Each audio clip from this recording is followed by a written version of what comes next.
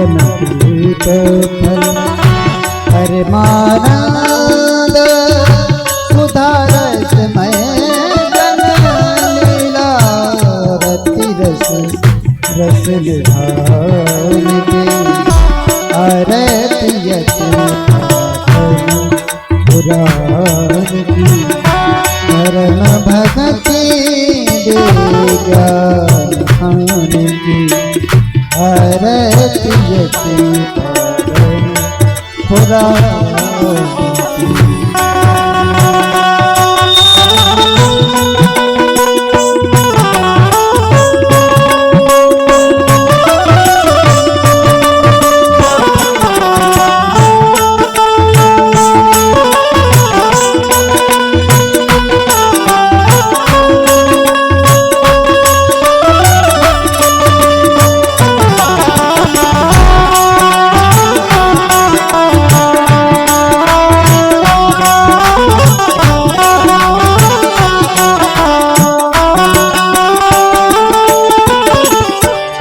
मणि मथन प्रताप निवारण जन्म मृत्युमय भव भयहारण सेवत सतत सकल सुख कारण तनों खरी चरित गान के आरतियति पावन पुराण की धर्म भगति ज्ञान की आरतियति पावन पुराण की।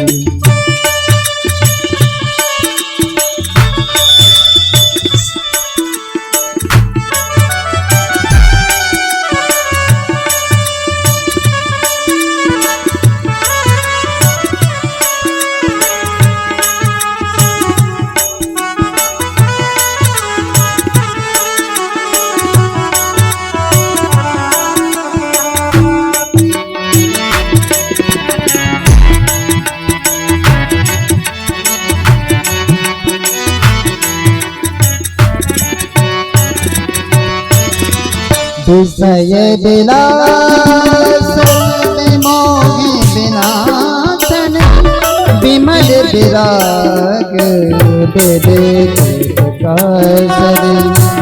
भगवत तत्व रहस्य प्रकाश परम ज्योति मत की आरतियति पुराण की धर्म भगति ज्ञान आरतियति पुराण की।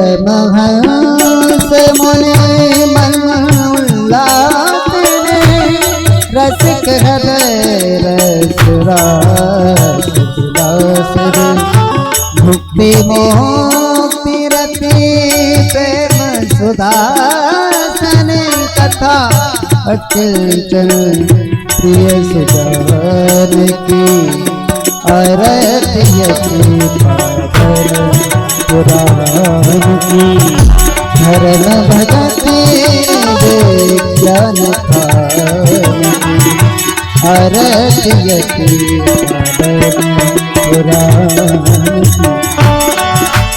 कर्पूर गौरम करुणावतारम संसार सारम भुजगेन्द्रहारम सदा वसंतम हृदयार वंदे भवम भवानी चैतम नमामि त्वमेव माता जपिता त्वमेव बन्धुश्च त्वमेव विद्या द्रविणं त्वमेव देव सर्वं मन्देव देव आरतीयते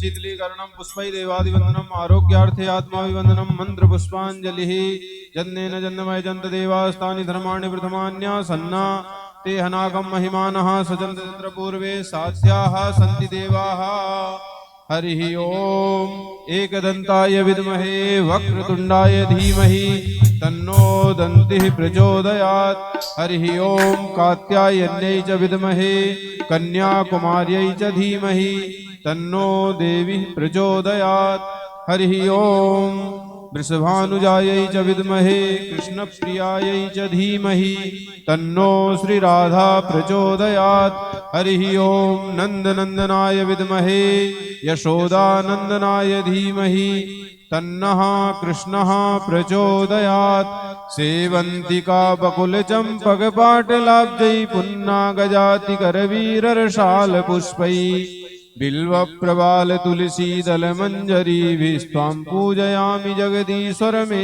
प्रसीदा नानासुगन्धिपुष्पाणि यथा कालोद्भवानि च पुष्पाञ्जलिर्मया दत्ता ग्रहाण परमेश्वरा मन्त्रपुष्पाञ्जलिं समर्पयामि भूर्वाश्वासी पुराण पुरुषोत्तमाय नमः।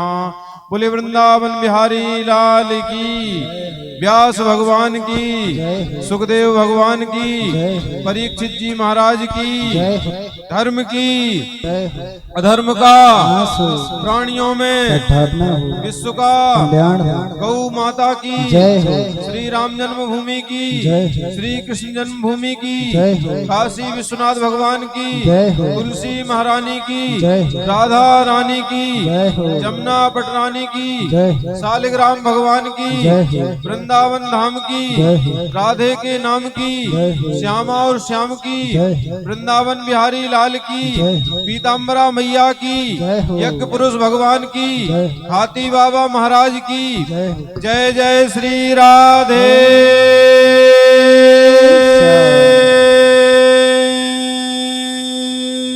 श्याम। जय कारा शेरा वाली दा बोल सांचे दरबार की जय।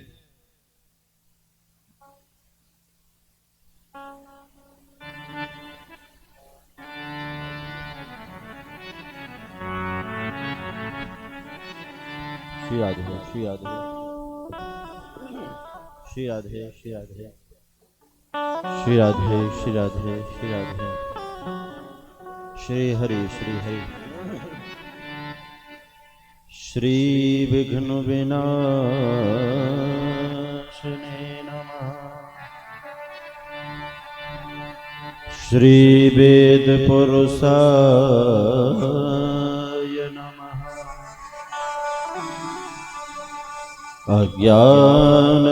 अज्ञानतिमिरान्धस्य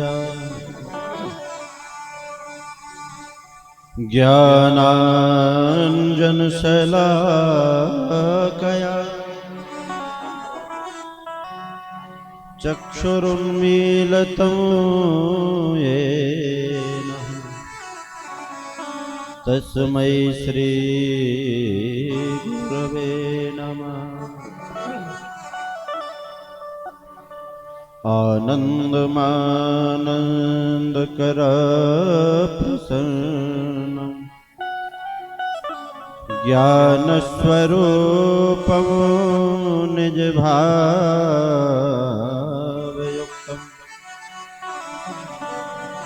योगीन्द्रमीड्यं भवरोगवेद्यं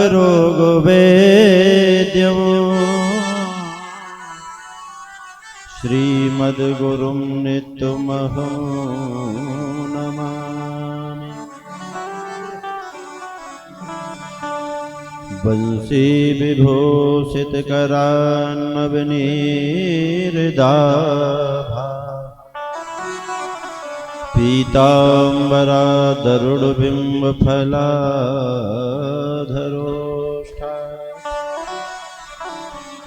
पूर्णेन्दुसुन्दरमुखा दरविन्दनेत्रा कृष्णात् परं किमपि तत्त्वमहं न जाने।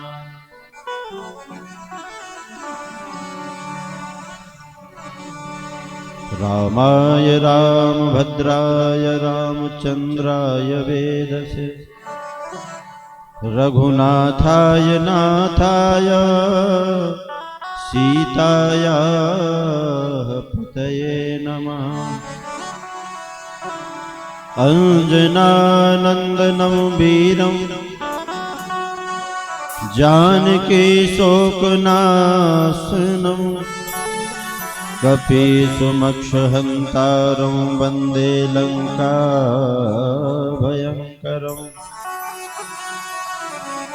ध्येयं सदा परिभवग्नमभीष्टदोहम् तीर्थास्पदं शिवगिरिञ्जनुतं शरण्यम्। भृत्यार्तिहं प्रणतपालभवाब्धिपोतम् वन्दे महापुरुष ते चरणारविन्दम्।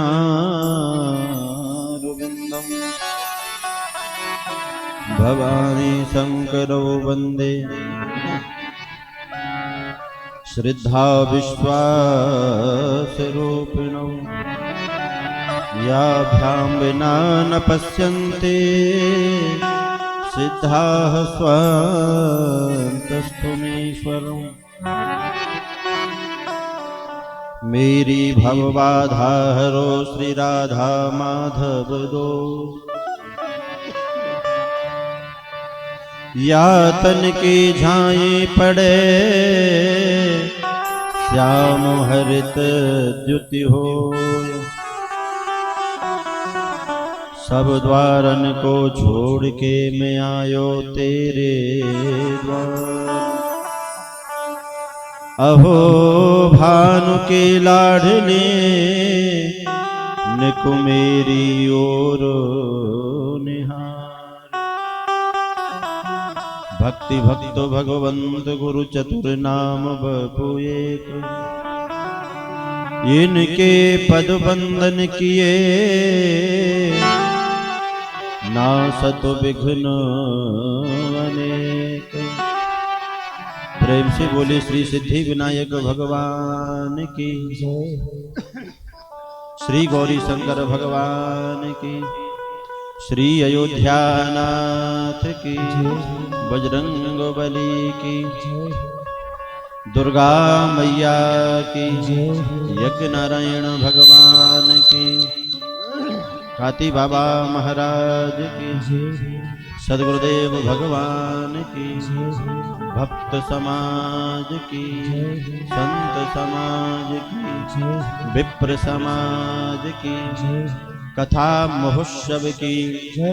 जय जय श्री राधे, जय जय श्री राधे, जय जय श्री राधे। जयति जगदुदय भव प्रलय हेतु सर्वधर्म रक्षित धर्म सेतु अखिल गुणगण संपन्न प्रसन्न पारिजात नव जलधर मुनिमन मानस हरि श्री वृंदावन विहारी की भुवन पावनी लीला का श्रवण अथवा गायन दोनों ही कल्याणकारी है। भाव जगत में विराजमान श्री सद्गुरुदेव भगवान के श्री चरणों में बारंबार वंदन। आचार्य चरण विप्र चरण भगवान के प्राण प्यारे भक्त मातृ शक्ति समस्त भगवत हृदयों में विराजमान सर्वेश्वर प्रभु को हमारा बारंबार वंदन प्रणाम है। श्रीमद् भागवत सप्ताह ज्ञान यज्ञ के अंतर्गत यज्ञ नारायण के साक्षी होकर के हनुमान जी महाराज के पावन स्थल में बैठकर भगवती दुर्गा का पावन प्राण प्रतिष्ठा महोत्सव भूत भावन भगवान शिव के पावन प्रांगण में हम सब बैठे सिमरा ग्राम के समस्त ग्रामवासी जन आप सभी के संयोग से परीक्षित भाव में विराजमान हमारे जो इस कथा के परीक्षित बने और इतने बड़े आयोजन के प्रमुख यजमान के रूप में विराजमान श्रीमती राम प्यारी, श्री राम किशोर जी एवं हमारे यज्ञ नारायण के अर्चन में जो सम्मिलित हुए, जिन्होंने अपनी अपनी लाठियां लगाई, ऐसे हमारे 4 यजमान और श्रीमती गिरजा देवी, श्री बादाम सिंह यादव जी, श्रीमती राधा देवी, श्री कामता प्रसाद जी, श्रीमती रेखा देवी, सोहन गुप्ता जी, श्रीमती ममता देवी, ब्रज किशोर जी, आप और हम सब इस पावन यज्ञ महोत्सव के साक्षी बन रहे हैं। सूर्य नारायण भगवान अपने बड़े ही प्रसन्नता में ऊपर दर्शन दे रहे हैं। नवरात्रि का यह पावन महोत्सव चल रहा है और आपको मालूम है हमारे राघवेंद्र सरकार ऐसे ही मौसम में पधारे थे, है ना। आज तो तृतीया तिथि है, नवमी तिथि को आए थे ना, नवमी तिथि मधुमास को नीता। तो ये महीना बड़ा ही पवित्र महीना है जिसमें भगवती का आराधन होता है और हमारे प्रभु श्री राम मर्यादा पुरुषोत्तम जिनका यहाँ जन्मोत्सव मनाया जाता है धूमधाम से, रामनवमी के माध्यम से। और बड़ा ही सुंदर संयोग रामनवमी वाले दिन पड़ रहा है, रविवार है और रवि पुख योग है। इस बार इतना सुंदर योग ठाकुर जी की कृपा से बन रहा है, तो हम सब कितने बड़े पुण्यवान हैं, भाग्यशाली हैं कि जहां राम जी का जन्मोत्सव आ रहा है उन्हीं दिनों हम भगवान की कथा को भी श्रवण कर रहे हैं। भगवान की कथा हमारे जीवन की व्यथा को दूर करने वाली है। इसलिए आइए श्रद्धा और भाव से 2 मिनट हनुमान जी महाराज को हम नाम संकीर्तन श्रवण कराएं। उसके बाद जैसे हनुमान जी महाराज कृपा करेंगे वैसा हम सब लोग सुलाभ लेंगे। श्री राम जय राम, जय जय राम, श्री राम जय राम, जय राम, श्री राम जय राम, जय जय राम, श्री राम जय राम, जय जय राम, श्री राम जय राम, जय जय राम, श्री राम जय राम, जय जय राम, श्री राम जय राम, जय जय राम, श्री राम जय राम, जय जय राम। तालियों की सेवा करते हुए सब लोग नाम संकीर्तन करें।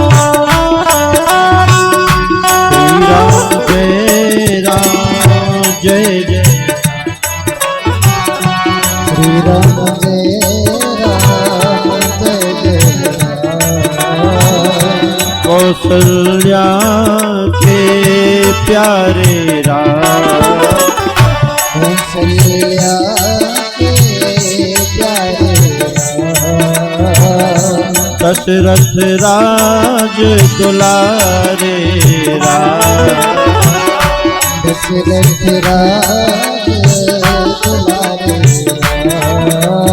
श्री राम जय राम, जय जय राम, श्री राम जय राम, जय जय राम, श्री राम जय राम, जय जय राम, श्री राम जय राम, जय जय राम, ओ श्री राम जय राम, जय जय राम, श्री राम जय राम जय जय राम।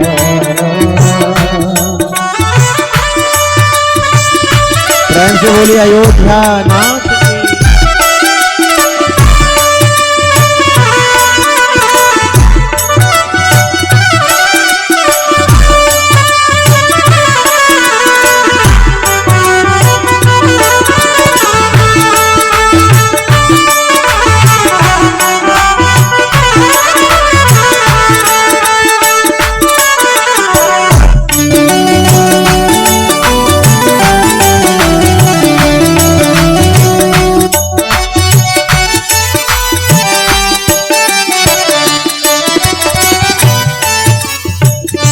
सबका भला करो प्रभु राम, सबका भला करो प्रभु राम, सबका भला करो प्रभु राम,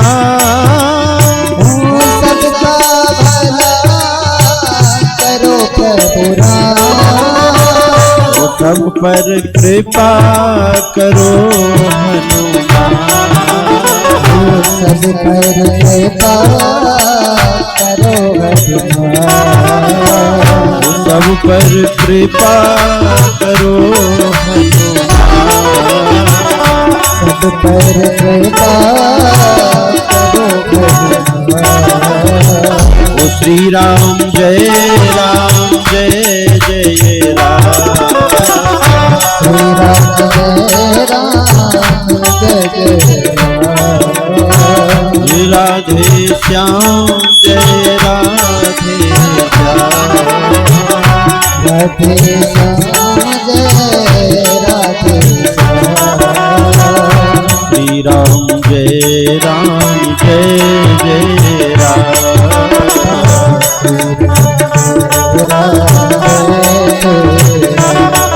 हरे कृष्णा कृष्ण कृष्णा हरे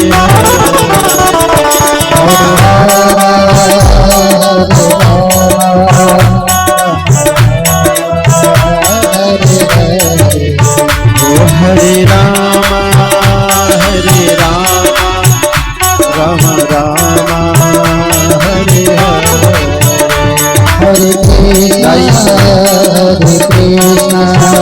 कृष्ण कृष्ण हरे हरे, हरि बोल हरि बोल हरि हरि हरि बोल, हरि बोल हरि बोल हरि हरि हरि बोल, हरि बोल हरि बोल हरि हरि हरि बोल, हरि बोल हरि बोल हरि बोल हरि बोल हरि बोल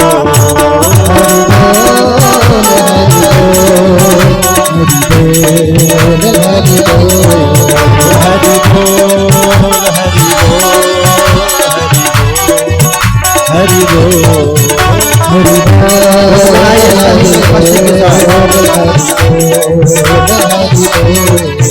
बोल हरि बोल हरि हरि हरि बोल,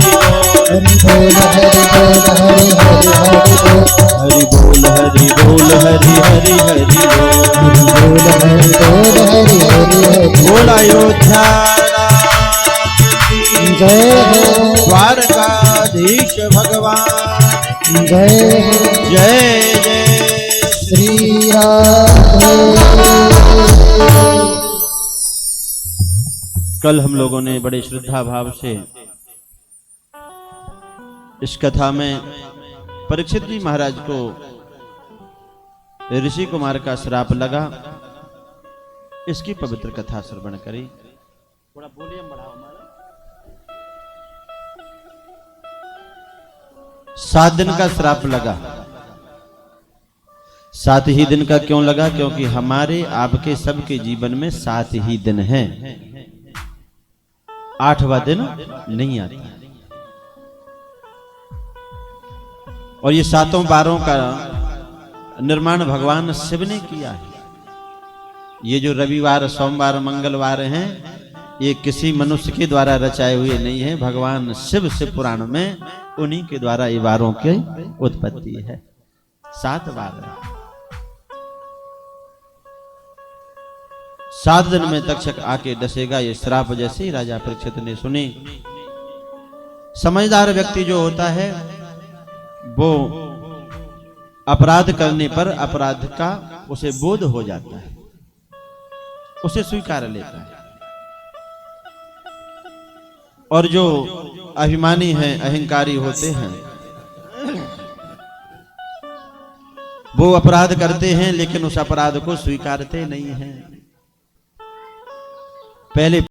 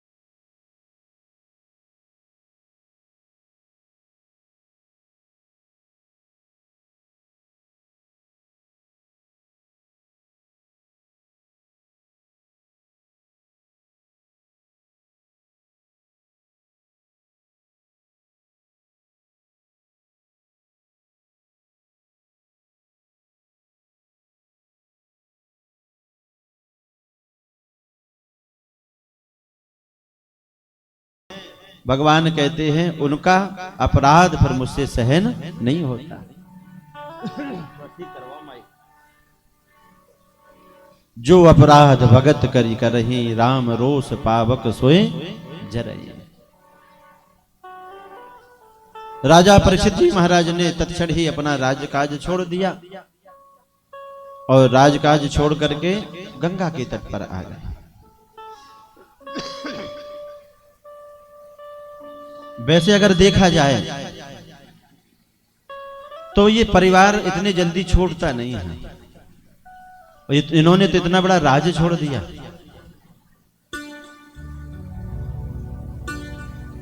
अपने लिए भी बहुत कुछ छोड़ना पड़ता है। राजा परीक्षित ने जन्मेजय को राज्य सौंप दिया और स्वयं गंगा के किनारे पहुंचे तो राजा परीक्षित का मार्गदर्शन कराने के लिए अनेकों संत आकर के वहां विराजमान हो गए। बड़े बड़े संत, महात्मा, निर्मलात्मा, सबके सामने राजा परीक्षित ने एक ही प्रश्न रखा कि मरने वाले व्यक्ति को क्या करना चाहिए। तो कल हमने सुना कि सुखदेव भगवान का आगमन हुआ। तत्राभवद भगवान व्यास पुत्रो यदृक्षया गामट मानो नपेक्षः अलक्ष लिंगो निज लाभ तुष्टो व्रतस्य बालैरवधूत भेषः। श्री सुखदेव भगवान का स्वरूप कैसा? अवधूत भेष में। जिन्होंने केवल कौपीन धारण कर रखी है, केस खुले हुए हैं, सुंदर मुखमंडल का जिन्हें दर्शन हो रहा है। माइक सही करो भैया।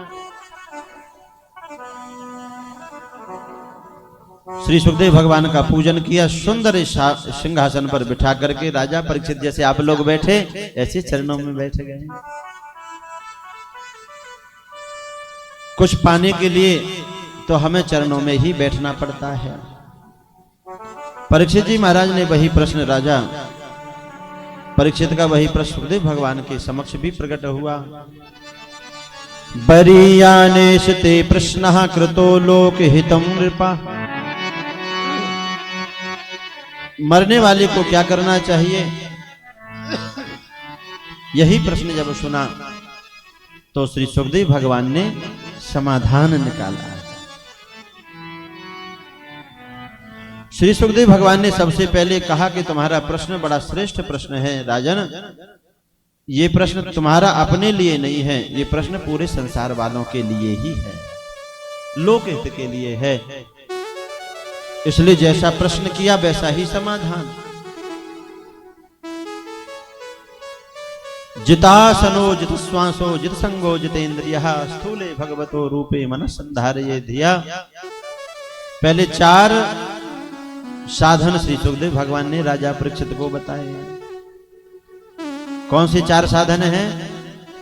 पहला है आसन को जीतना, एक स्थान पर अधिक समय तक बैठने का अभ्यास करें। और एक बात बताएं, जमीन पर खाली बैठ करके कभी भगवान का भजन नहीं करना चाहिए। कुछ न कुछ नीचे वस्त्र आदि बिछा हो। आसन को जीतने का अर्थ है कि जिस समय हम बैठे तो ये ज्ञान ना रहे कि हम बैठे कहां हैं।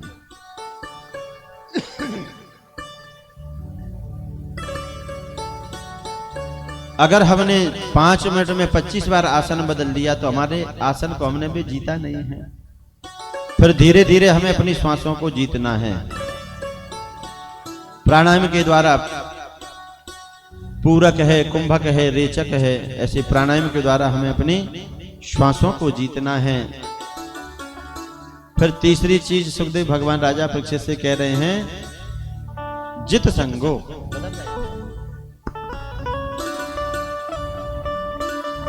जय राधे।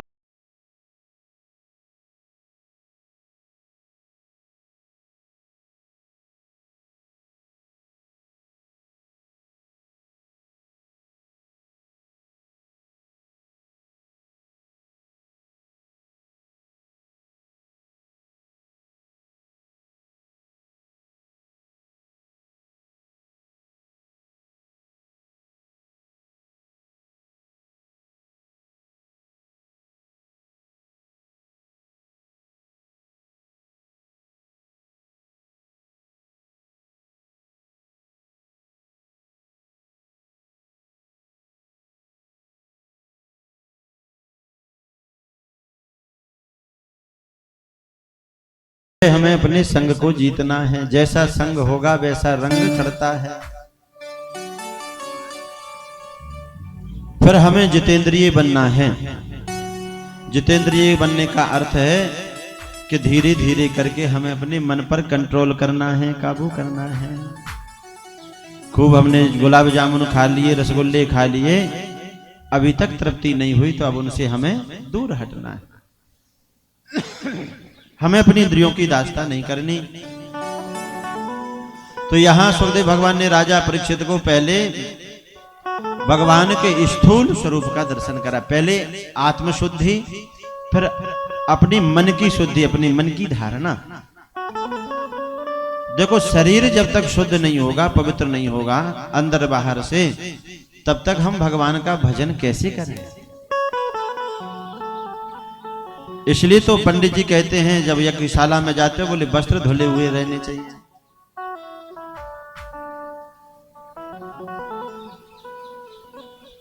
तो पहले हमें शरीर की शुद्धि परम आवश्यक है।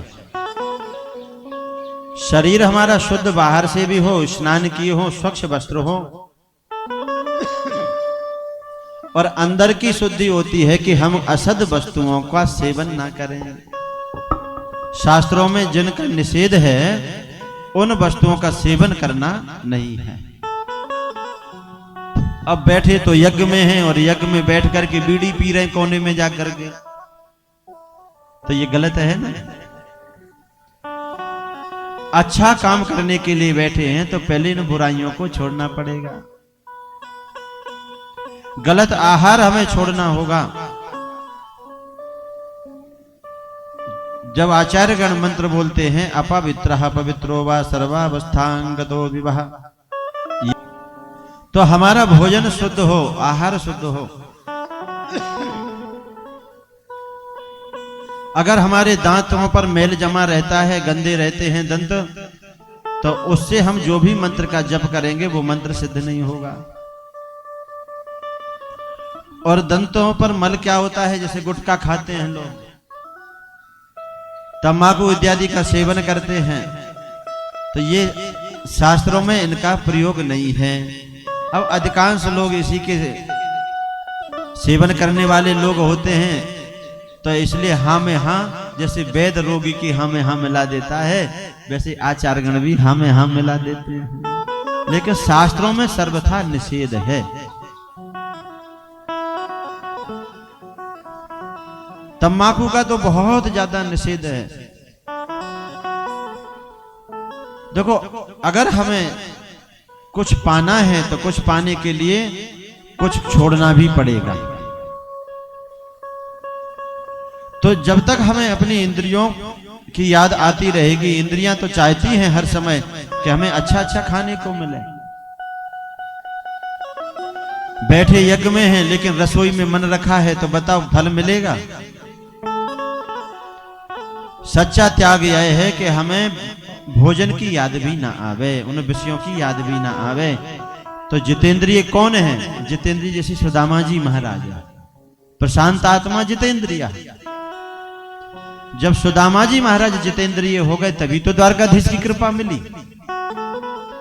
और जन्म से ही कोई जितेंद्रिय बनता नहीं है, जन्म से ही भोगों में लालसा जीव की होती ही है।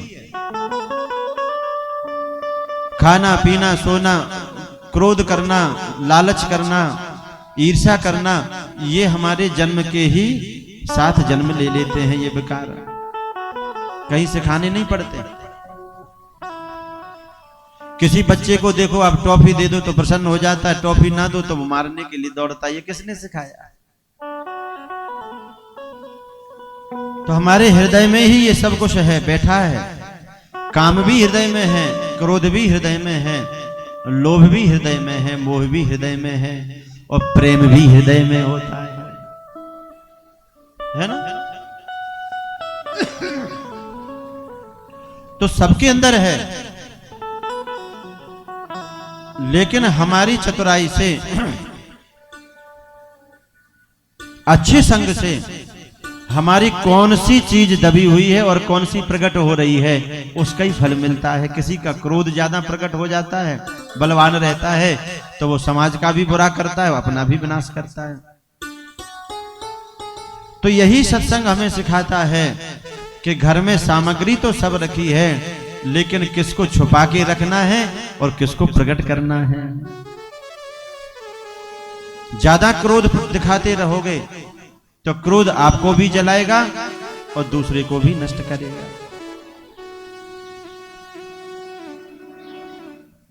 पूछी जाती है हमसे अपनी पसंद, महाराज आपको क्या अच्छा लगता है? तो भगवान से भी पसंद पूछी गई कि तुम्हें क्या अच्छा लगता है? राम ही केवल प्रेम प्यारा, राम ही केवल प्रेम प्यारा, जान ले जो जाननिहारा,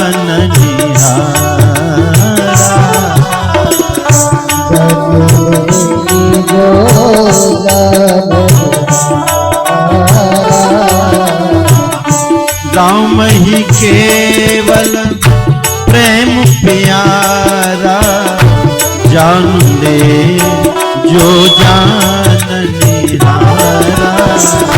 राम ही केवल प्रेम प्यारा, जान ले जो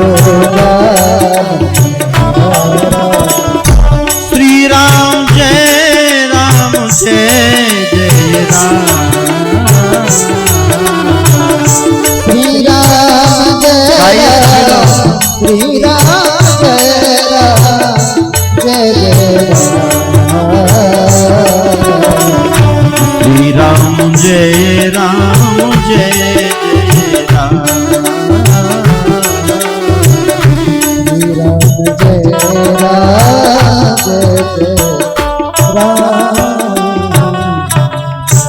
तो भगवान को क्या अच्छा लगता है?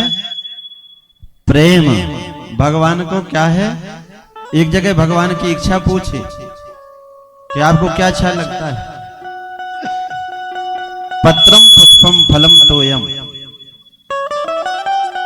तो भगवान कह रहे हैं मुझे पत्र, पुष्प, फल और जल, ये चार चीजें कोई चढ़ा दे प्रेम से तो मैं प्रसन्न हो जाता हूं। तो हमारे आप सभी के हृदय में सब सामग्री है, काम भी है, क्रोध भी है, लोभ भी है, मोह भी है और प्रेम भी है।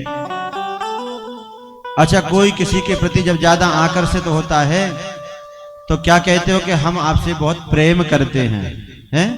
अच्छा, उनसे पूछें कि ये प्रेम रहता कहाँ है? तो बोले हमारे हृदय में रहता है। तो अगर हम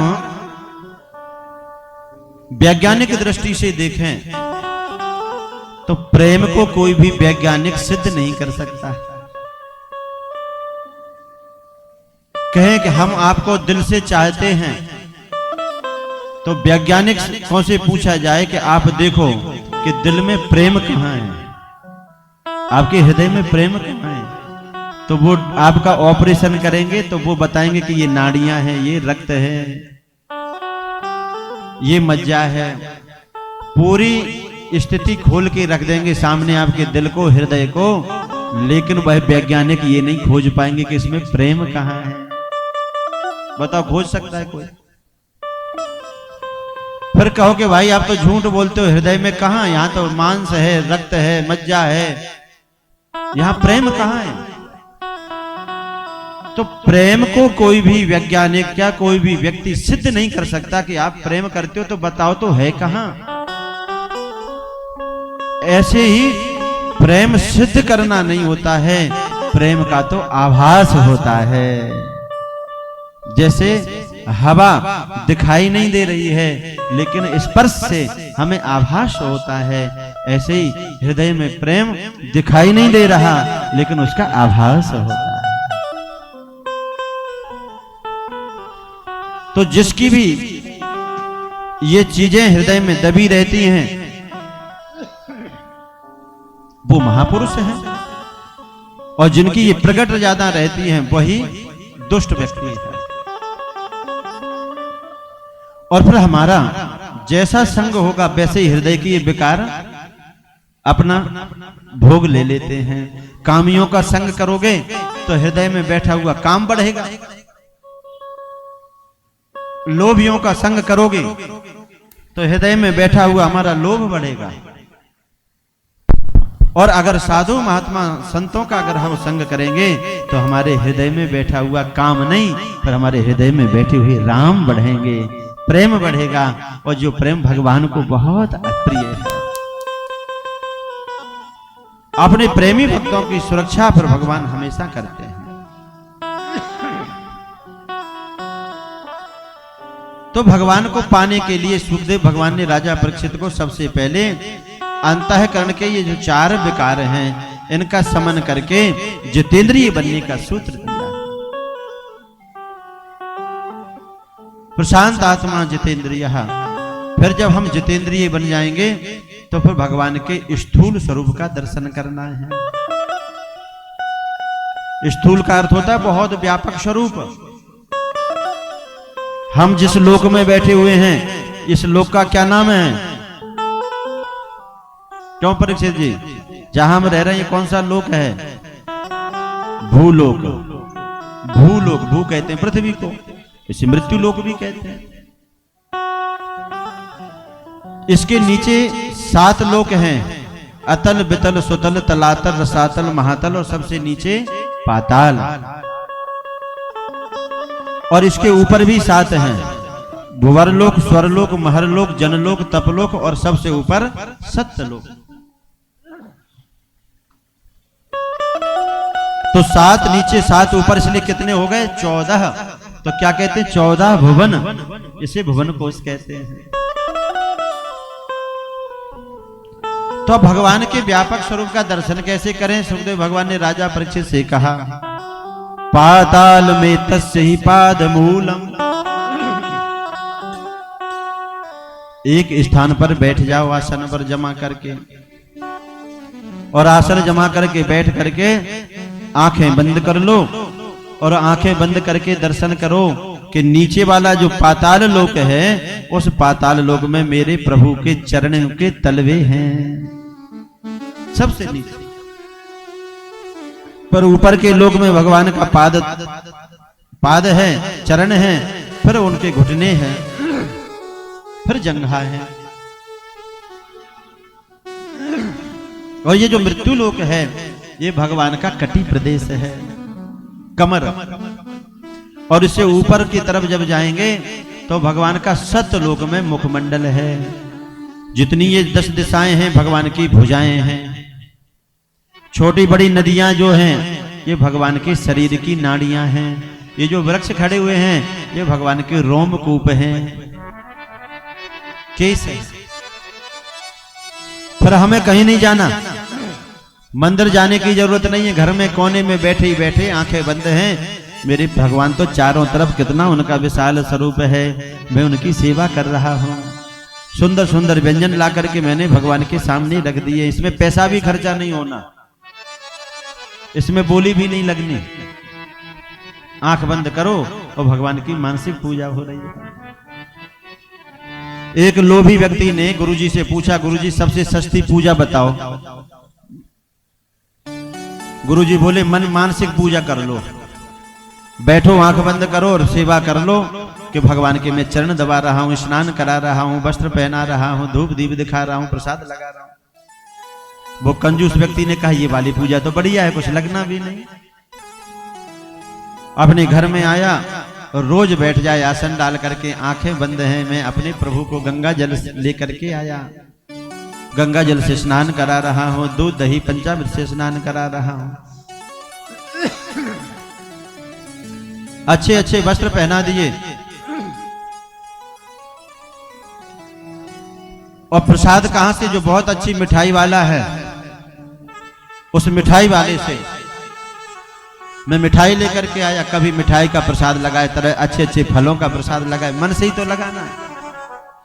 अब ऐसा चलता गया 2-4 वर्ष बीत गए मन की सेवा करते करते। तो एक दिन क्या हुआ, इसने सेवा कर ली मन से, और उस दिन कुछ था नहीं प्रसाद के लिए, तो इसने दूध का कटोरा भगवान के सामने मन से रख दिया कि मैंने भगवान गोपाल को दूध रख दिया कटोरे में।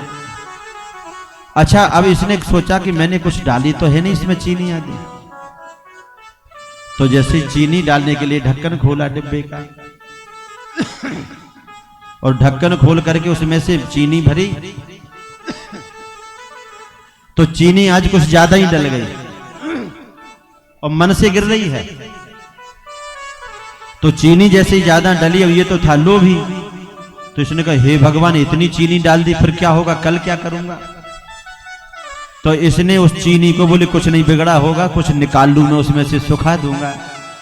तो जैसे ही उस दूध के कटोरे में से हाथ डाला इसने चीनी को निकालने के लिए, कि झट से भगवान ने हाथ पकड़ लिया। कहा पर भगवान कहने लगे, अरे मानसिक दूध है, मानसिक चीनी है, फिर तू फिर भी लोभ कर रहा है भैया।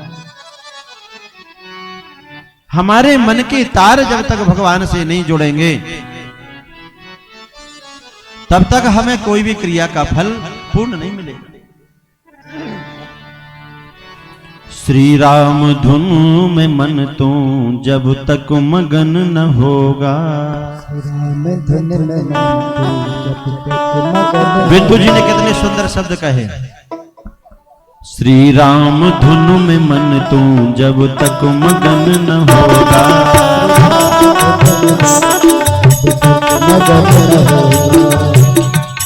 जग जाल छूटने का जब तक जतन न होगा, जग जाल छूटने का जब तक जतन न होगा, जग जाल छूटने का जब तक जतन न होगा, जग जाल छूटने का जतन न होगा। श्री राम धुन में मन तू जब तक मगन न होगा, मगन न होगा।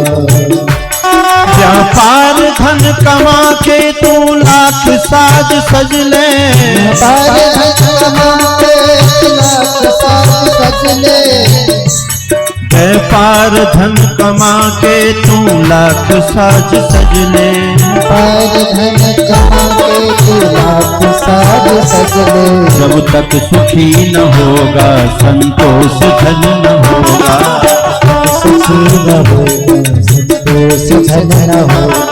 श्री राम धुन में मन तू जब तक मगन न होगा,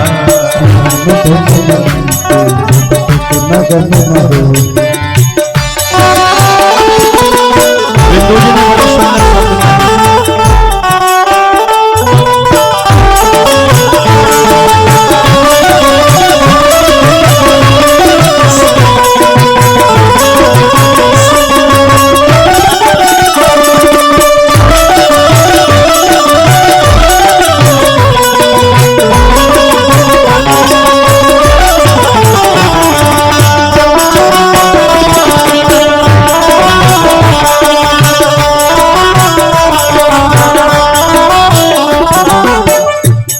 शब्द कहे।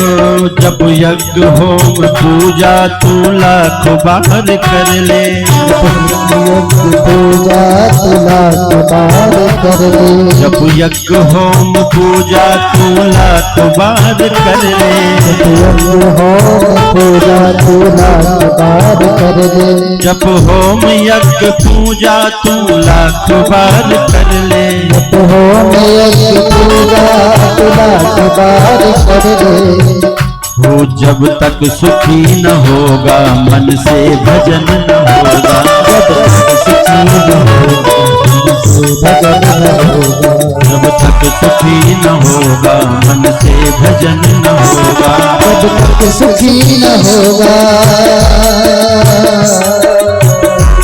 जब तक सुखी न होगा मन से भजन न होगा। श्री राम धुन में मन तू जब तक मगन न होगा,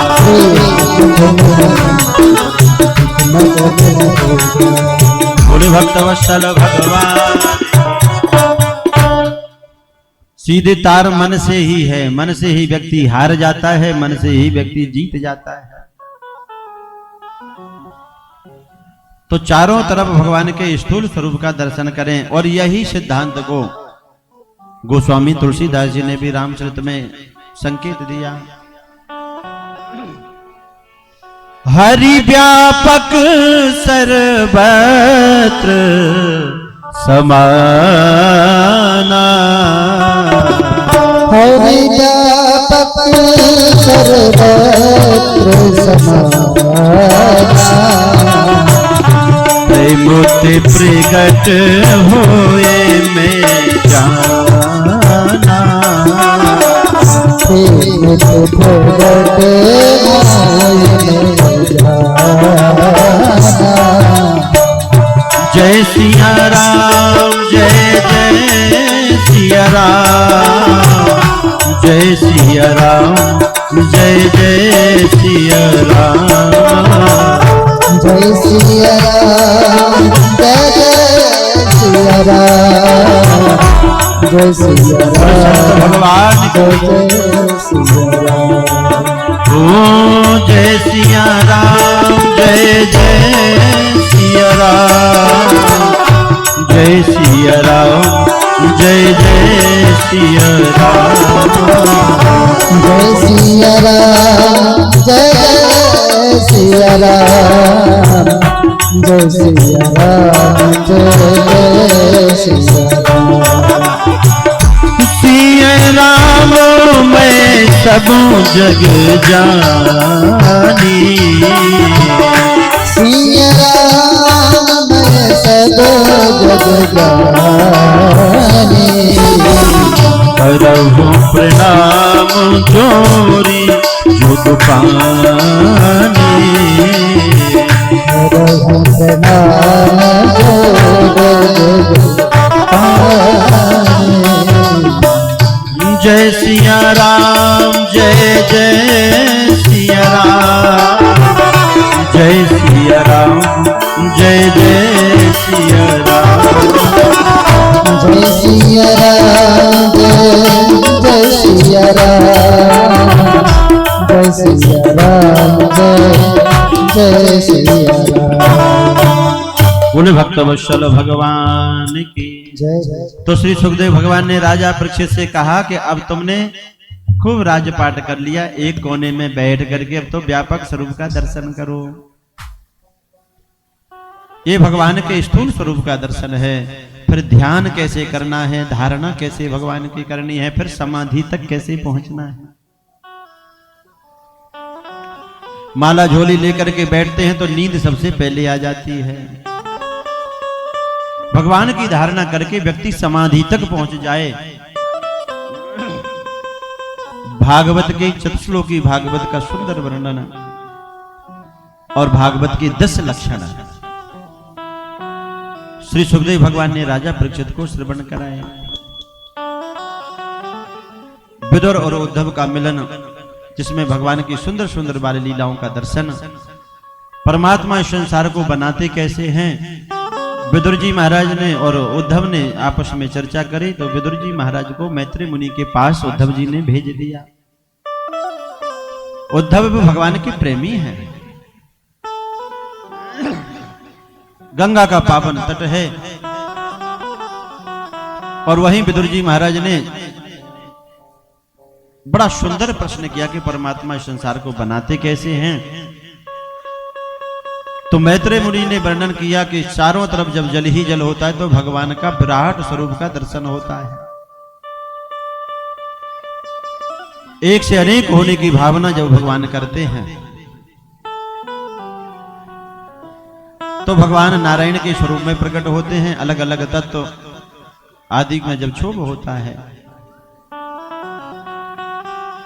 उस विराट स्वरूप के नाभि से कमल प्रकट होता है और उसी से ब्रह्मा जी की उत्पत्ति। ब्रह्मा जी समझ नहीं पाए कि हम कौन हैं, कहां से आए, तो कमल की उसी तंतु में जाकर के खोजने लगे। कई वर्षों तक खोजते रहे लेकिन अपना उद्गम स्थान नहीं जान पाए। जल की राशि से 2 शब्द सुनाई दिए, ता और पा। बड़ा सुंदर संकेत मिल गया कि तप करो, जब तुम जान पाओगे कि तुम कौन हो। 100 वर्ष तक तप किया ब्रह्मा जी ने, तब भगवान श्री हरि ने उनको दर्शन दिया और आदेश दिया कि तुम इस सृष्टि के कर्ता बन जाओ। ब्रह्मा जी ने पहले मानसिक सृष्टि करी है, मरीचि आदि ऋषियों की, नारद हैं, दक्ष हैं। फिर भूत प्रेतों की सृष्टि करी है, रुद्र के माध्यम से कहा कि बंद कर दो। कौमार सृष्टि में सनक सनंदन सनातन और सनत कुमार ये 4 आए और फिर ब्रह्मा जी के एक भाग से पुरुष और दूसरे भाग से स्त्री ने जन्म लिया। तो स्वायं भुव मनु और सत रूपा, स्वायं भुव सत रूपा, स्वायं मनु और सत रूपा, स्वायं भुव मनु सत रूपा। विनते भई नर श्रेष्ठी अनूपा, विनते भई नर श्रेष्ठी अनूपा, विनते भई नर श्रेष्ठी अनूपा, विनते भई नर श्रेष्ठी अनूपा।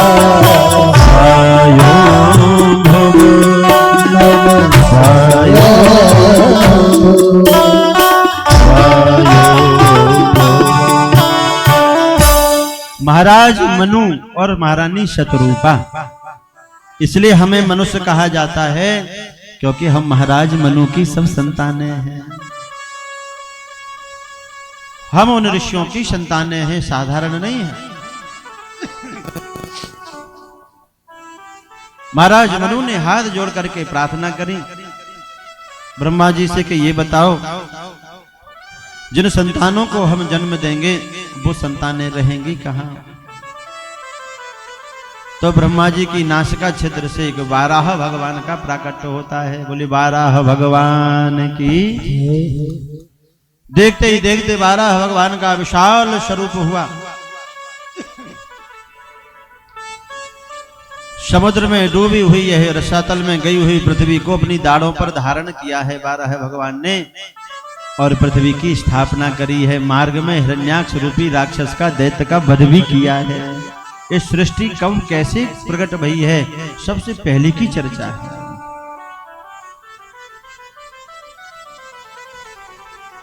तो विदुर जी महाराज ने मैत्रेय मुनि से पूछ लिया, प्रभु ये हिरण्याक्ष कौन था?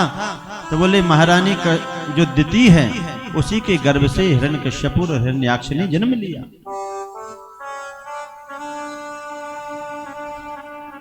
ये राक्षस इसलिए बन गया क्योंकि चार जो कुमारों की चर्चा आई ना, सनकादिक, एक बार भगवान नारायण के दर्शन करने के लिए वैकुंठ में गए तो वहां भगवान के जो पार्षद हैं जय और विजय, उन्होंने रोक दिया इनको आ गया क्रोध, कहा जाओ 3 जन्मों तक तुम राक्षस बन जाओ। इसलिए उन्हीं के राक्षस होने के श्राप के कारण अब इनको ये राक्षस योनि प्राप्त भई है। तो भगवान ने एक रूप लेकर के, 12 का रूप लेकर के हिरण्याक्ष का वध कर दिया। फिर हिरण्यकश्यप को मारने के लिए भगवान अलग अवतार लेंगे, भगवान नरसिंह के रूप में आएंगे। बड़ी सुंदर चर्चा है। महाराज मनु की संतानों की जब चर्चा होने लगी तो मनुष्य सदरूपायाम तीसरा कन्या से जगरे 3 कन्याओं ने जन्म लिया, आकुति, देवहूति और प्रसूति। आकुति का विवाह रुचि प्रजापति के संग हुआ, देवहूति का विवाह ऋषि कर्दम के साथ हुआ और प्रसूति का विवाह महाराज दक्ष के साथ हुआ। उन्हीं की संतति से ये पूरा जगत भर गया, परिपूर्ण हो गया। बोली भक्त वत्सल भगवान की। कर्दम ऋषि कौन? जिन्होंने अपनी इंद्रियों का दमन कर लिया हो। पहले इन्होंने तपस्या करी, भगवान प्रसन्न हो गए तो कामना करी कि हमारा विवाह हो जाए, तो देवहूति के संग भगवान की इच्छा से इनका विवाह हुआ। 9 कन्याओं ने जन्म लिया, अलग अलग ऋषियों से विवाह कर दिया और साक्षात इनके गर्भ से भगवान कपिल पधारे। बोल कपिल भगवान की। अपनी माता देवहूति को भगवान कपिल ने बड़ा सुंदर उपदेश दिया, जिसे शास्त्र हमारे भागवत में सांख्य शास्त्र के नाम से जाना जाता है। जब माँ ने कहा कि मैं अपनी इंद्रियों को कैसे तृप्त करूं, मेरे मन को शांति नहीं मिलती है, तो भगवान कपिल ने सुंदर उपदेश दिया। जीव की कैसे गर्भ में स्थिति होती है, इसकी सुंदर चर्चा है। भगवान कपिल गंगा सागर में जाकर के विराजमान हो गए। जब से हम कहते सारे तीर्थ बार बार, गंगा सागर एक बार। माता देवहूति का शरीर जल के रूप में परिणत हुआ, जो सिद्धि नाम की नदी कहलाई। महारानी प्रसूति के गर्भ से सती ने जन्म लिया। इनका विवाह भगवान शंकर के साथ हुआ। और शिव पुराण में भगवान की सती के विवाह की सुंदर चर्चा है। सती से यह अपराध बन गया कि भगवान श्री राम की लीला में संदेह किया रामचरितमानस के अनुसार। तो भगवान शिव ने संकल्प कर लिया कि अब सती इस रूप में कैलाश में नहीं रहेंगे, अब तो पार्वती के रूप में ही आएंगे। तो यहां मैत्रेय मुनि से विदुर जी ने पूछ लिया, प्रभु ये तो बताओ कि माता सती को अपना शरीर क्यों छोड़ना पड़ा, क्या कारण रहा? भगवान शंकर तो बड़े सरल हैं, सहज हैं, उनको क्या कभी क्रोध आता है? भगवान शिव तो इतने शीलवान हैं, श्रेष्ठ हैं, लेकिन ये बात कब बन गई कि उनको ऐसा क्रोध आया, माता सती को अपना शरीर का परित्याग करना पड़ा? तो बड़ी सुंदर चर्चा है कि एक दिन की बात है, सुंदर एक सभा चल रही थी प्रजापतियों की। उस सभा में ब्रह्मा हैं, भगवान श्री हरि हैं, 10 दिक्पाल, अग्नि आदि सब बैठे हुए हैं। और उसी सभा में दक्ष ने प्रवेश किया। पूरा विश्व सृजाम सत्रे समेता परमर्षयः तथा मर्गणा सर्वे सानुगा मुनयोगनयः। अमर नाम है देवताओं का, वो सब देवता आदि बैठे हैं, लेकिन दक्ष अहंकारी है। जैसे प्रवेश किया तो दक्ष की प्रतिभा कांति को देख करके इसके सम्मान में सब अपने अपने आसन को छोड़ करके खड़े हो गए। जैसे अपनी ये सभा चल रही है, कोई विशेष महापुरुष जब आते हैं तो दृष्टि चली जाती है और यथा योग हम उनका स्वागत सम्मान करते हैं, हमारा कर्तव्य है। तो मैत्रेय मुनि वर्णन करते हैं विदुर जी से, इधर सुखदेव भगवान राजा परीक्षित से वर्णन कर रहे हैं। ओदतिष्ठन् सदस्यास्ते स्वधिष्णेभ्यः सहाग्नयः ऋते विरिञ्चं सर्वं च तद्भासा क्षिप्तचेतसः। सब स्थान पर खड़े हो गए, लेकिन भगवान शंकर बैठे रहे। अभी अपने स्थान पर ब्रह्मा जी बैठे हैं।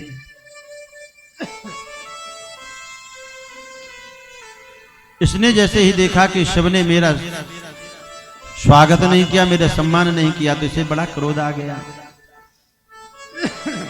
और दक्ष ने क्रोध में आकर के भगवान शंकर को अपशब्द कहे। देखो, अभिमानी व्यक्ति जो होता है ना, वो सबके सामने तो अपमान कर देता है और कोने में जाकर के क्षमा मांग लेता है। इस सभा में ब्रह्मा जी बैठे हैं, दश दिक्पाल आदि सब बैठे हैं, देवता बैठे हैं, ऋषिगण बैठे हैं, ब्राह्मणगण बैठे हैं, और सबके सामने दक्ष ने भगवान शंकर का अपमान करना प्रारंभ कर दिया। अरे मैंने अपनी हिरण जैसी आंख वाली बेटी का विवाह इस बंदर जैसी आंख वाले को क्या दे दिया कि तो इतना अभिमानी हो गया कि किसी का सम्मान ही करना नहीं जानता। कितना सुंदर सूत्र है। एक बार जब हमारे लिए किसी के अंदर कोई कमी दिखाई दे जाए फिर तो उसके जीवन में कमियां ही कमियां हमें दिखाई देने लग जाती हैं। और अगर एक सद्गुण अच्छा है तो एक सद्गुण के आगे हजार अवगुण भी हमारे दब जाते हैं। अब जरा हम दर्शन करें भगवान शिव, तो फिर भी बैठे रहे। भगवान शिव ने सोचा स्वागत तो खूब होता है, लेकिन आज हमें अपमान भी स्वीकार्य है। और महाराज दक्ष ने इतना बड़ा संकल्प ले लिया उस सभा में कि आज के बाद किसी भी यज्ञ में इस रुद्र को लिया नहीं जाएगा, इसको स्थान नहीं दिया जाएगा, क्योंकि इसका वास ठीक नहीं है। प्रेता घोरेषु वासेषु, भूत प्रेतों का इसका संग है। स्थान भी इसका अपवित्र है। हमारे यज्ञ में आयोजनों में इसके आने से उसकी कांति फीकी पड़ती, इसलिए किसी भी यज्ञ में इसको बुलाया नहीं जाएगा।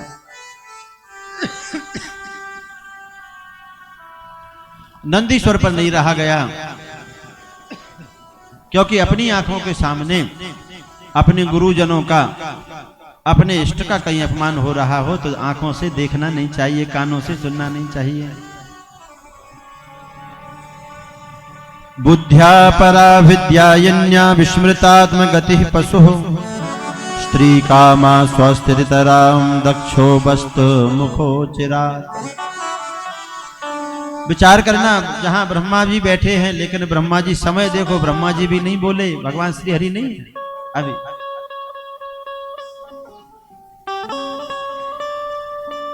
समय जब विपरीत आता है तो भगवान शंकर अभी शांत बैठे रहे। नंदीश्वर ने श्राप दे दिया दक्ष के लिए,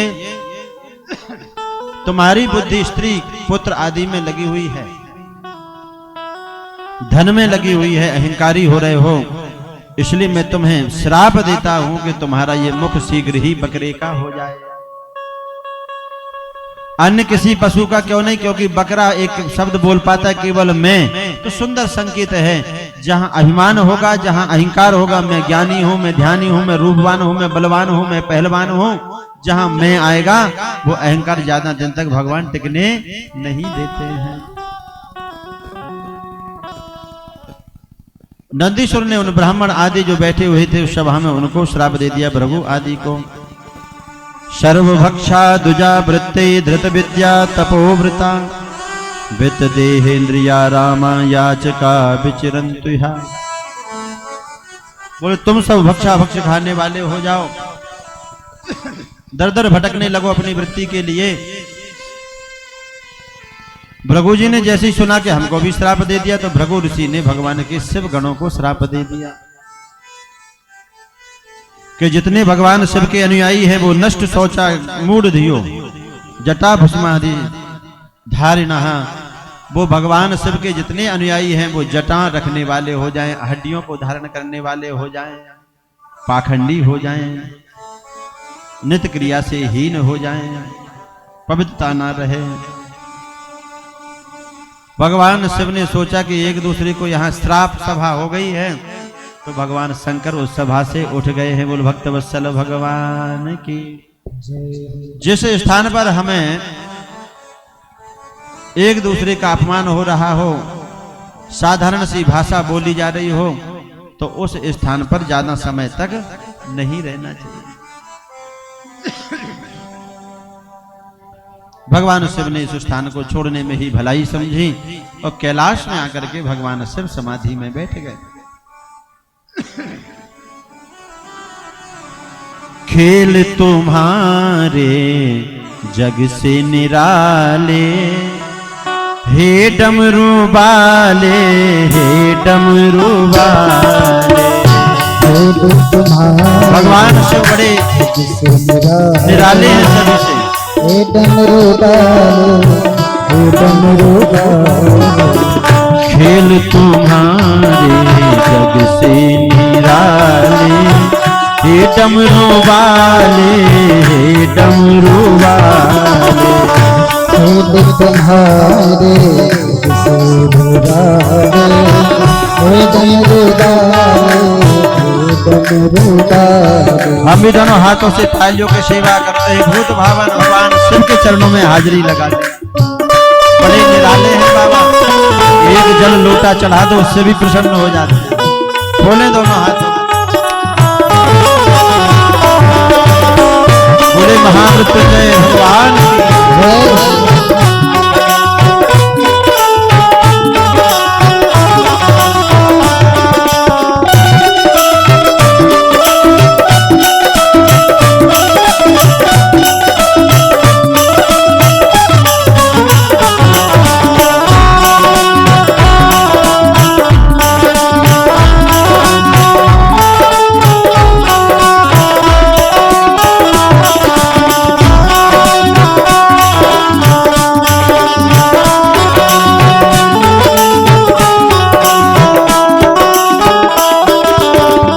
फिर गंगा मुख चंदा सोहे, फिर गंगा चंदा सोहे। गौरी गणपति मन को मोहे, गौरी गणपति मन को मोहे। फिर गंगा मुख चंदा सोहे, फिर गंगा चंदा सोहे। गौरी गणपति मन को मोहे। गौरी गणपति मन को मोहे। पिए हला हलो भंगिया के प्याले, पिए हला भंगिया के प्याले। ओ डमरू वाले, डमरू वाले। पिए हला भंगिया के प्याले। हे डमरू वाले, हे डमरू वाले। ओम नमः शिवाय, ओम नमः शिवाय। हर हर भोले नमः शिवाय। भजो हर हर भोले।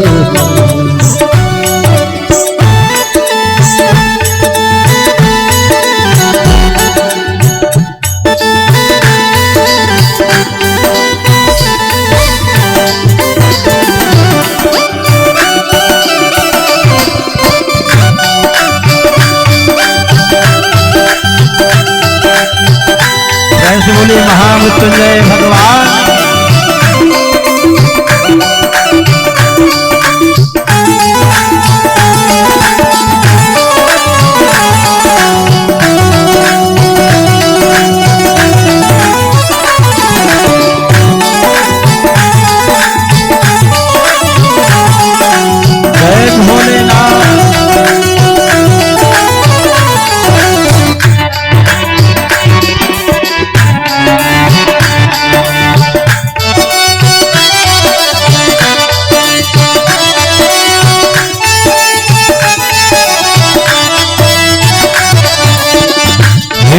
त्रिपुरारी त्रिनेत्रधारी हे त्रिपुरारी त्रिनेत्रधारी हे त्रिपुरारी त्रिनेत्रधारी हे त्रिपुरारी त्रिनेत्रधारी लीलाधारी हे भंडारी ओ लीलाधारी हे भंडारी तू ही गिराए तू ही संभाले तू ही गिराए तू ही संभाले हे डमरू वाले हे डमरू वाले हे डमरू वाले हे डमरू वाले गाइए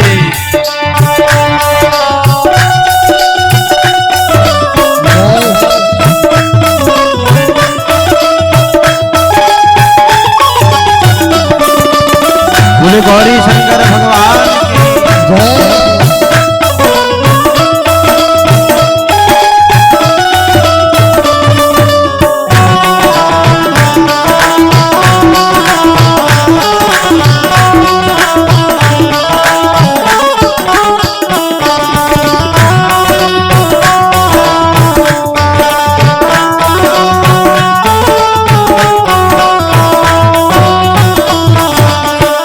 डगमग डोले जीवन की नैया डगमग डोले सभी लोग गुनगुनाएं हमारे जीवन की नैया जीवन नैया जीवन जीवन नैया नैया जीवन नैया बन जाओ भोलेनाथ की भैया बन जाओ भोलेनाथ के भैया तुमने सदा सबके कष्ट है टाले तुमने सदा सबको बुलाए हे डमरू वाले हे डमरू वाले हे डमरू वाले हे डमरू वाले ओम नमः शिवाय ओम नमः शिवाय हर हर भोले नमः शिवाय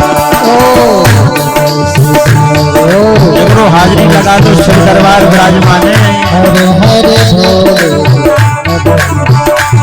ओम नमः शिवाय ओम नमः शिवाय ओम नमः शिवाय ओम नमः शिवाय नमः शिवाय ओम नमः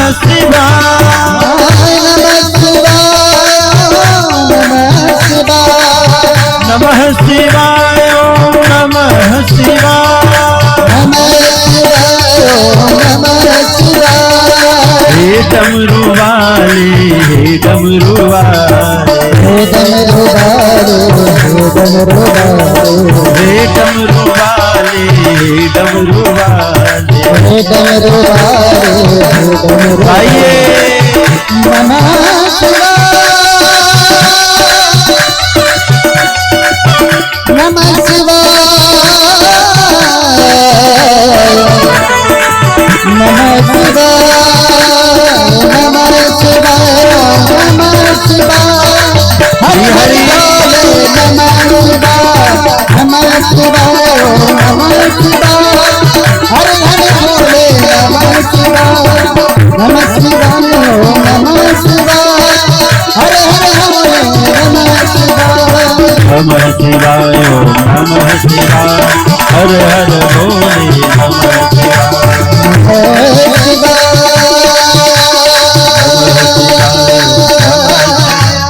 हर हर नमः शिवाय नमः शिवाय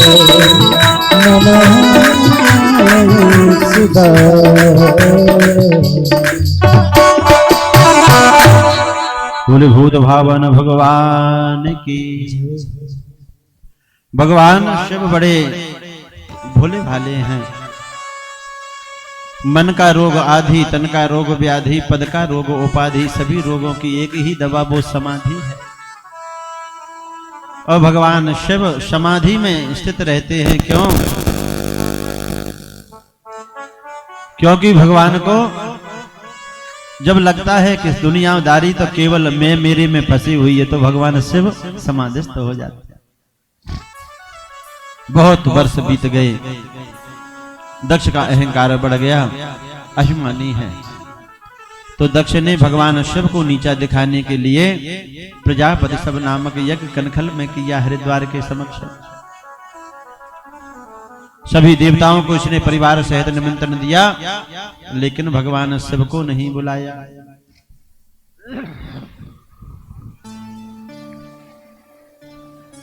भगवान शिव जानते हैं कि हमारे ससुर साहब ने द्वेष के कारण हमको निमंत्रण नहीं दिया। तस्मिन् ब्रह्मर्षयः सर्वे देवर्षि पितृदेवताः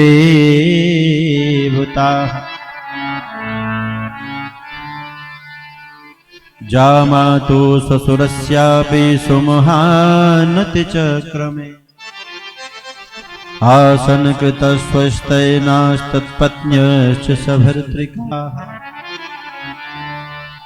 अभिमानी व्यक्ति क्या करता है, उसका अहंकार जब बढ़ जाता है तो भगवान ही उसके अहंकार को दूर करते हैं। सभी को इसने परिवार सहित बुलाया, भगवान शिव को जानबूझ करके नहीं बुलाया। आसन दे दी, लेकिन भगवान शिव को निमंत्रण नहीं दिया। बहुत समय बीत गया, समाधि में भगवान शिव बैठे हैं। माता सती को जैसे ही आसमान में विमान जाते हुए दिखे, किसी सखी ने आकर के कहा तुम्हारे पिता के यहाँ यज्ञ हो रहा है। माता सती को जब पिता के यज्ञ होने की सूचना मिली, तो अब सती का मन कैलाश में ना लगे। भगवान शिव की समाधि खुलने की प्रतीक्षा करने लगी। भगवान शिव की समाधि खुली तो सेवा शुश्रूषा से प्रसन्न कर रही हैं, और बड़े ही सुंदर स्वरूपों में, सुंदर सजे हुए शब्दों में माता सती ने भगवान शिव से निवेदन किया। देखो, ये वाणी ही आपको सबका प्रिय बना देती है और वाणी ही आपको निंदनीय बना देती है। तो ऐसी वाणी बोलिए मन का आपा खोए, औरन को शीतल करे और आप ही शीतल होए। जब बोलें तो उसे कई बार तौलें कि ये सामने वाले को ठीक लगेगी कि नहीं। ऐसी वाणी ना बोलें कि ऐसी वाणी बोलिए कि तुरंत ही झगड़ा होए। कुछ लोग ऐसे बोलते हैं कि शांत बैठे हो बड़े आनंद से, और ऐसी मिर्ची की तरह छिड़क देंगे एक बात को कि तुरंत झगड़ा हो जाए। ऐसी वाणी बोलिए कि तुरंत ही झगड़ा होए, और उससे कभी ना झगड़िए जो खुद से तगड़ा होए। ऐसे लोग बड़े चतुर होते हैं। वाणी आपकी जितनी प्रिय होगी, आप परिवार जनों के उतने ही करीब आ जाएंगे, उतने प्रिय बन जाएंगे। भगवान प्रभु श्री राम सबके प्रिय क्यों रहे? क्योंकि भगवान श्री राम चाहे श्री कृष्ण हो, उनका सब कुछ मंगल है। बोलना भी मंगल है, चलना भी मंगल है। तो हम समाज में अपने स्वभाव से राज करें। स्वभाव हमारा इतना अच्छा हो जाए, ज्यादा भाव होते हैं तो ज्यादा लोग उसे खरीद नहीं पाते। इसलिए भाव स्थिर रखो, उतार चढ़ाव मत रखो, सुंदर भाव हो, निर्मल भाव हो। तो माता सती ने बड़े सुंदर सजे हुए शब्दों में कहा, बाबा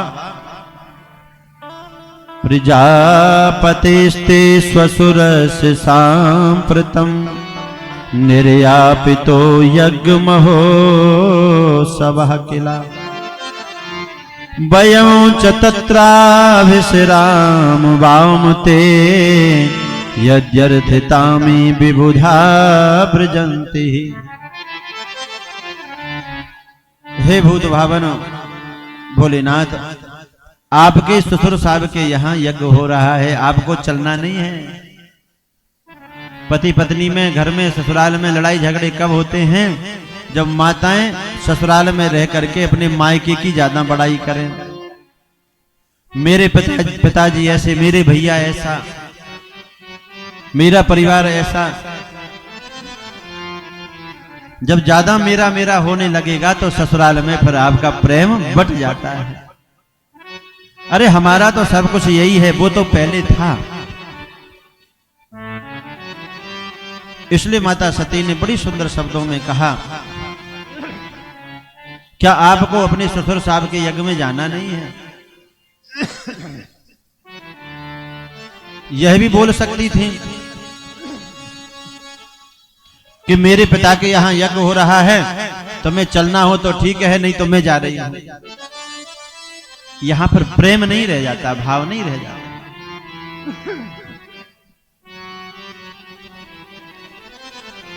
इतने सजे हुए शब्दों में माता सती ने कहा, तो भगवान शिव भी कितने बड़े दयालु हैं। इतने वर्ष बीत गए लेकिन अपने अपमान की बात अपनी धर्मपत्नी को अभी तक नहीं बताई। कुछ संसार की बुराइयों को, कुछ संसार की निंदाओं को अंदर पचाना भी आना चाहिए। हजार लोग अगर हमारी प्रशंसा करें, उसमें से अगर एक व्यक्ति हमारी निंदा करता है तो भगवान को धन्यवाद दो कि इसलिए आपने ये दूत भेज दिया है कि मेरे मन में ज्यादा अहंकार नहीं आ जाए, अभिमान ना आ जाए। ये हमें बड़ी सुंदर शिक्षा लेनी चाहिए। भगवान शिव ने एक बार भी नहीं कहा, जब अब समय आया तो भगवान शिव ने कह दिया कि देवी अगर तुम्हें जाना हो तो तुम चली जाओ, लेकिन हम उस यज्ञ में नहीं जाएंगे। हमें निमंत्रण नहीं, जानबूझ के हमें बुलाया नहीं गया। माता सती के साथ नंदीश्वर को भेज दिया है, जाओ अपनी माता जी को लेकर के उस यज्ञशाला में जाओ। कुछ इनके गण भी साथ में हो लिए और उन गणों को साथ लेकर के माता सती उस यज्ञ महोत्सव को देखने के लिए जा रही हैं। जो बिना भगवान शिव के यज्ञ हो रहा है वो यज्ञ कभी पूरा होने वाला नहीं है।